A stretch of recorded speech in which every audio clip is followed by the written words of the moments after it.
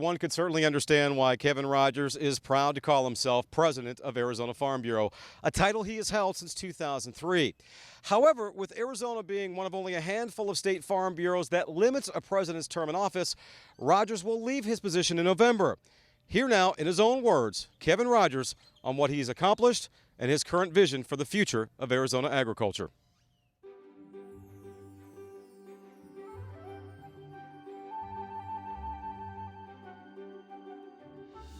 You know, in Arizona, we may be a smaller state in the world of Farm Bureau, but we've had great success getting our policies through the process and having them end up in the American Farm Bureau policy book. But the fact that it's our responsibilities as leaders to implement those policies, to make sure our Farm Bureau continues to grow through our partners that we do a lot of different things with, to expand our touch to the public, it's been a great opportunity to serve.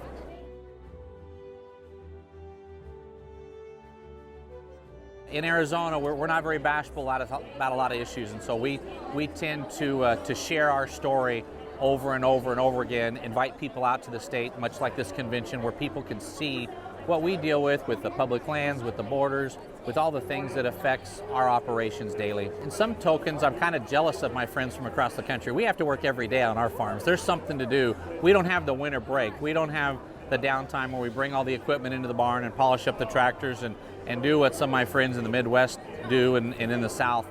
Here we've got crops growing literally year-round, and there's just a few places in the country that have that opportunity. So even though our footprint and our acreage may be smaller than some other states, we'll grow 3 and 4 crops depending on our commodities on our farms, and with our irrigation projects that are so phenomenal. You know, we run water year-round. We're green chopping alfalfa as we speak on our farm right now, so there's always something going on, and it's very diverse.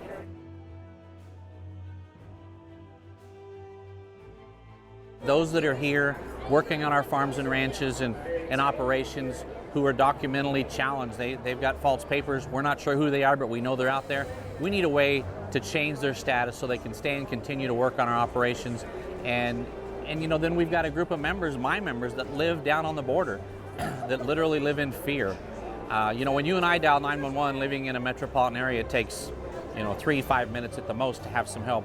When you're down in the southern part of the state and you call for help, it can take an hour or 2 hours before someone can get there to help you. And those are the drug cartel people coming across the border that are doing harm to our ranchers. And a few years ago we had a person get killed down there who's a rancher. And so those are forefront on our mind of things that we have to deal with. And with the new presidency, I'm hoping that as President Trump moves forward with things that are going on, that he'll keep the industry in mind that helped elected him, the rural America that put him in office, and evaluate our top issues. And labor, immigration reform are tops on our list in Arizona.